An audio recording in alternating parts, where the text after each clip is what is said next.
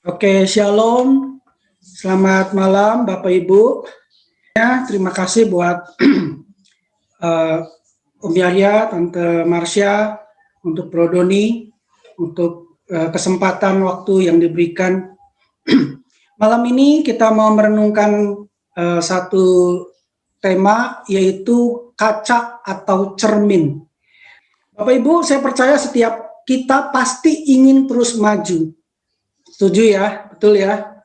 Nggak ada orang yang pengen makin keadaannya makin buruk, makin rendah, makin ke belakang, makin mundur. Saya percaya setiap kita pengen terus maju, maju, maju, dan maju, berjalan ke depan.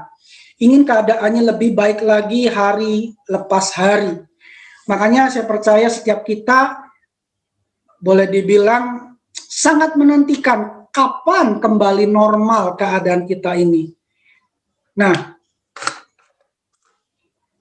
sebelumnya mari kita baca dulu dalam Matius 6 ayat yang ke-22.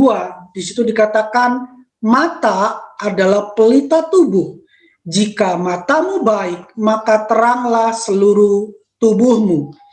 Jadi Bapak Ibu, kalau kita rindu, kita menjadi lebih baik lagi ke depannya, kita terus berjalan maju ke depan, ada satu yang menentukan, yaitu bagaimana mata kita melihat. Karena di sini dikatakan jika matamu baik, firman Tuhan katakan, maka teranglah seluruh tubuhmu. Artinya seluruh tubuh kita itu dikendalikan oleh mata, ditentukan oleh mata. Nah, mata itu berbicara penglihatan. Ternyata penglihatan kita itu menentukan keadaan kita, Bapak Ibu, termasuk cara pandang kita. Penglihatan itu berbicara tentang cara pandang kita, fokus penglihatan kita. Apa yang kita lihat akan menuntun apakah kita bergerak maju atau diam di tempat, bahkan mungkin mundur. Nah, kita lihat dulu dalam satu ayat dalam Filipi 3 ayat yang 13. Ini adalah satu perkataan dari Rasul Paulus. Saudara-saudara, aku sendiri tidak menganggap bahwa aku telah menangkapnya. Tetapi ini yang kulakukan, aku melupakan apa yang ada di belakangku dan mengarahkan diri kepada apa yang di hadapanku. Bapak Ibu, Paulus itu menyadari bahwa untuk mencapai apa yang ada di depannya, tadi Paulus berkata, aku tidak menganggap bahwa aku telah menangkapnya, tetapi ini yang kulakukan. Ya, Paulus menyadari betul bahwa untuk dia bisa bergerak lebih lagi maju ke depan, untuk mencapai apa yang ada di hadapannya, Paulus menyadari ada dua hal yang harus dia lakukan. Yang pertama, dia melupakan apa yang ada di belakang dia. Dan yang kedua, mengarahkan diri ke depan atau look forward. Nah, kenapa Paulus sendiri menganggap seperti itu? Karena Paulus menyadari kedua hal ini sangat menentukan pergerakan dari Paulus itu sendiri. Saya percaya apa yang menjadi kesadaran Paulus itu adalah perenungan Paulus. Dan biarlah perenungan Paulus ini boleh juga menjadi perenungan kita dan bisa kita implementasikan dalam kehidupan kita. Kalau tadi Paulus berkata melupakan yang ada di belakang, melupakan hal apa yang ada di belakang? Pertanyaannya, apa yang harus kita lupakan di belakang? Pastinya semua hal. Semua hal itu berbicara hal yang baik dan hal yang buruk. Nah, kenapa demikian? Karena tadi Paulus berkata, aku sendiri tidak menganggap bahwa aku telah memperolehnya, mencapainya. Artinya kalau kita lihat, Paulus itu bukan hanya mengalami kegagalan di masa lalu, tetapi Paulus juga mengalami keberhasilan sebenarnya. Tetapi Paulus bilang, aku melupakan itu semua. Melupakan itu semua. Pertanyaannya kenapa? Kenapa Paulus melupakan itu? Karena jika fokus kita akan masa lalu, itu bicara yang di belakang, sekalipun itu hal yang baik, akan membuat kita tidak bisa maksimal bergerak ke depan. Kalau Paulus berkutat pada keberhasilan dia di masa lalu, pelayanan dia nggak akan bisa lebih berkembang lagi.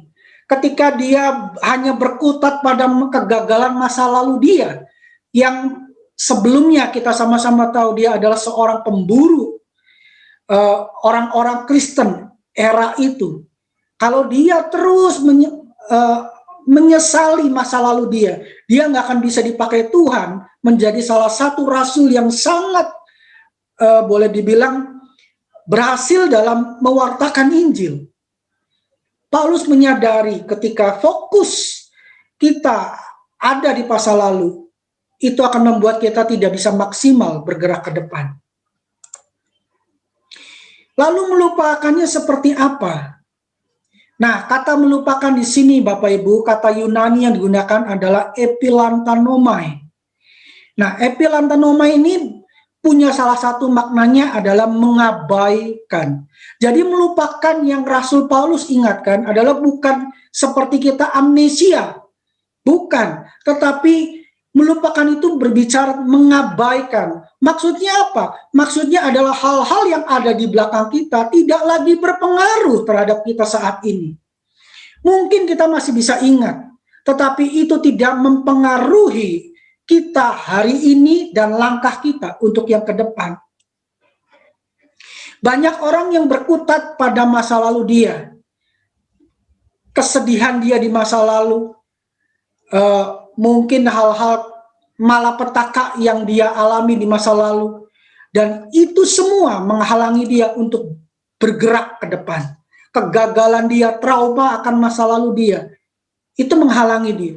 Juga hal yang sebaliknya, keberhasilan di masa lalu yang terus menerus kita banggakan, kita nggak akan bisa menangkap apa yang Tuhan mau kita kerjakan di depan kita. Jadi Paulus mengingatkan untuk kita melupakan, artinya Paulus mau untuk kita mengabaikan masa lalu kita. Bukan amnesia, tetapi hal-hal tersebut tidak lagi berpengaruh terhadap kita hari-hari ini. Lalu setelah kita melupakan hal yang di belakang kita, Paulus berkata hal yang kedua, fokus melihat ke depan. Setelah kita melupakan epilantanomai tadi, mengabaikan masa lalu kita, yuk mari kita fokus ke depan. Mari kita fokus ke depan. Bicara melihat ke depan, pertanyaannya, apa yang ada di depan kita? Kacakah atau cerminkah? Beberapa hari yang lalu saya sempat ketika saya berkaca di depan cermin, ya sebenarnya bukan berkaca ya, bercermin sebenarnya. Saya seperti dibukakan, disadarkan bahwa sekalipun mata kita melihatnya ke depan, tetapi kalau yang ada di depan kita cermin, maka kita nggak akan bisa melihat hal-hal yang di depan kita. Cermin itu membatasi penglihatan kita untuk kita melihat ke depan. Kita hanya bisa melihat ke belakang saja, sisi belakang kita. Cermin itu berbicara penghalang untuk kita bisa melihat hal yang ke depan. Berbeda ketika kita berdiri di depan kita adalah kaca. Kaca itu berbicara satu tembus pandang. Kita nggak bisa lihat yang ke belakang, tetapi kita bisa melihat hal yang ke depan.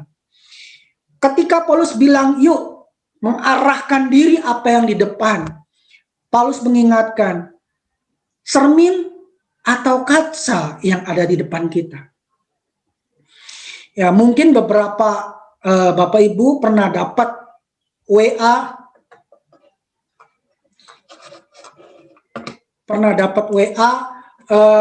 cerita tentang kaca spion, ya kan? Kenapa kaca spion itu ukurannya lebih kecil daripada kaca mobil di depan kita? Karena fokus seorang pengendara dia harus sebenarnya lebih mengarahkan ke depan ketimbang spion. Betul, sesekali kita melihat yang ke belakang, tetapi fokus kita tetap melihat ke depan. Kenapa? Ketika kita menyetir kendaraan, mata kita selalu fokusnya pada spion. Artinya kita hanya bisa melihat sisi belakang kita, maka dipastikan akan ada banyak bahaya yang akan kita temui. Demikian pula Bapak Ibu, Tuhan sudah sediakan sesuatu berkat untuk kita di depan. Mari, jangan gunakan cermin di depan kita, gunakan kaca di depan kita.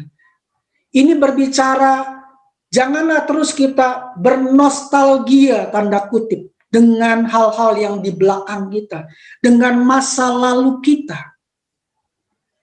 Betul, mungkin peristiwa masa lalu itu menyakitkan, tetapi jangan berkutat di situ.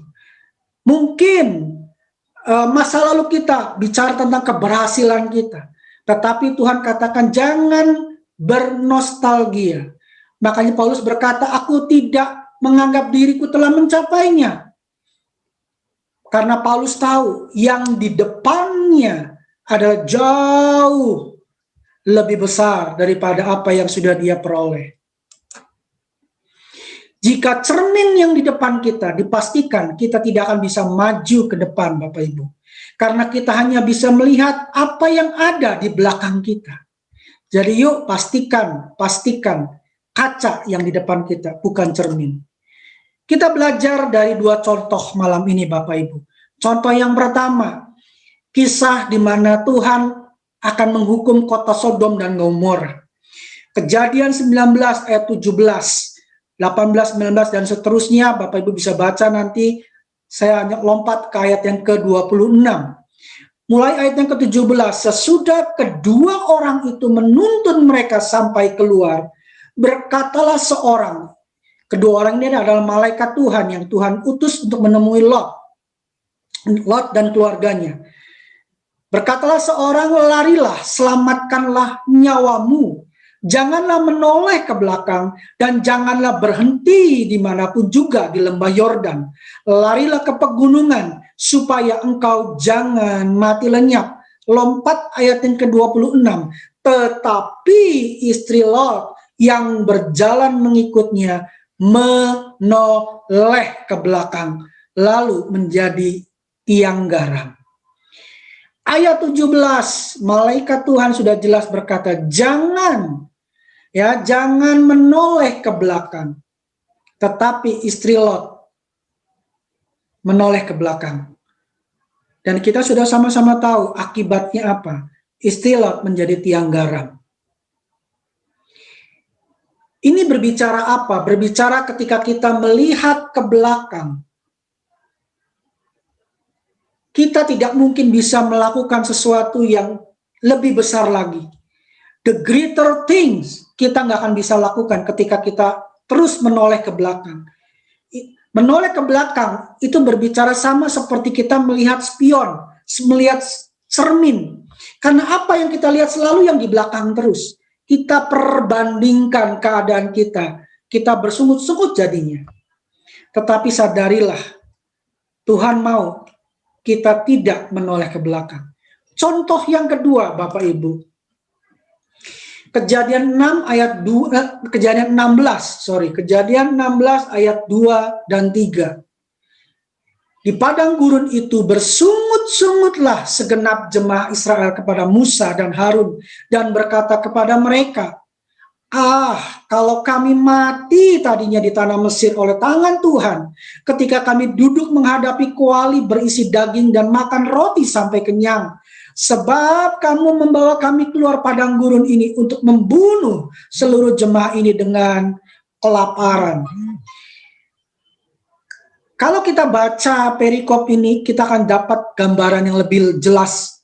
Ini berbicara persungutan bangsa Israel ketika mereka dibawa keluar dari tanah Mesir. Kenapa mereka bersungut-sungut? Karena mereka membandingkan masa lalu mereka, hal-hal yang di belakang mereka. Mereka bilang, di Mesir kita bisa duduk menghadap kuali, berisi daging dan makan roti sampai kenyang.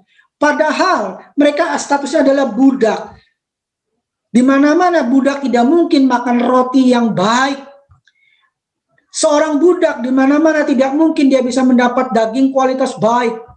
Tetapi ketika Tuhan membawa bangsa Israel keluar dari Mesir, Tuhan menjanjikan akan mendapat ke negeri yang berlimpah susu dan madunya. Kita sama-sama tahu ketika bangsa Israel, Musa mengutus 12 pengintai. Mereka menemukan bahwa negeri Kanaan itu adalah negeri yang berlimpah susu dan madu. Berlimpah-limpah, buah-buahnya itu begitu luar biasa.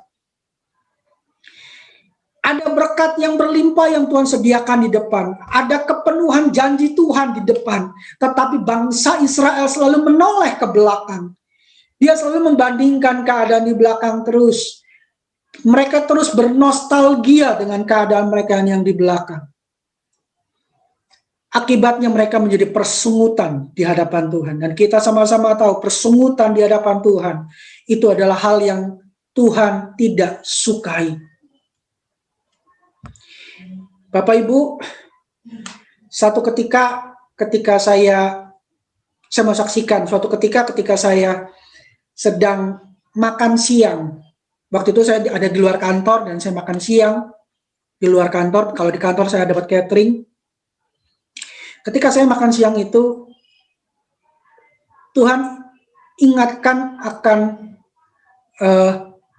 masa lalu saya, kondisi ekonomi keluarga saya yang sangat tidak baik ketika saya masa-masa remaja. Ketika hari-hari ini Tuhan perlihatkan satu perbandingan di mana keadaan hari ini saya bisa lebih baik dibandingkan dulu. Tuhan cuma ingatkan, bukankah keadaan kamu lebih baik hari ini? Dan saya perkatakan, ya Tuhan. Ya Tuhan. Tuhan cuma ingatkan, kenapa saya bisa mengalami ini? Karena saya tidak mau terkungkung dengan masa lalu saya. Saya tidak mau terikat dengan nostalgia kegagalan masa lalu saya. Kehidupan saya masa lalu yang tidak baik. Ketika saya masih ingat masa lalu itu. Tapi itu tidak lagi mempengaruhi saya. Saya berani menatap masa depan. Karena saya tahu bersama Tuhan, saya akan bisa mendapatkan masa depan yang jauh lebih baik dari hari-hari lampau. Pertanyaannya Bapak Ibu, apa yang ada di depan kita hari-hari ini? Cerminkah atau kacakah? Biarlah ini menjadi perenungan kita untuk kita jawab pribadi di hadapan Tuhan. Kesimpulannya apa Bapak Ibu? Yang pertama apa yang di depan kita? Cermin atau kaca? Tadi sudah sama-sama kita ketahui, kaca. Jika kaca yang di depan kita akan tetap bisa menatap masa depan kita. Kita tetap bisa mempercayai janji Tuhan bahwa di depan itu adalah satu hal yang lebih baik. Ada kegenapan janji Tuhan. Kehidupan kita akan jauh lebih baik lagi. Kita akan menjadi kepala dan bukan ekor. Ketika kita selalu mendapatkan janji Tuhan bukan kepala, kita menjadi kepala bukan ekor. Tetapi ketika cermin yang ada di depan kita, itu akan membatasi penggenapan akan janji Tuhan. Dan yang kedua, tatap yang di depan dan lupakan atau abaikan yang di belakang. Karena ada berkat Tuhan di depan kita. Kegenapan janji Tuhan akan bisa kita peroleh kalau kita berani menatap masa depan bersama Tuhan. Orang yang berani menatap masa depan bersama Tuhan, orang itu akan berjalan bersama Tuhan. Ketika kita lihat kaca, bisa saja kita melihat hal yang tidak baik di depan. Tetapi kalau kita tahu siapa yang menuntun kita akan tetap bisa berani menatap masa depan bersama Tuhan. Terakhir saya akan tutup dengan dari desa pergi ke kota, oleh-olehnya buah pepaya. Pastikan kaca di depan kita, raih berkat yang tersedia. Tuhan Yesus memberkati. Saya kembalikan ke host.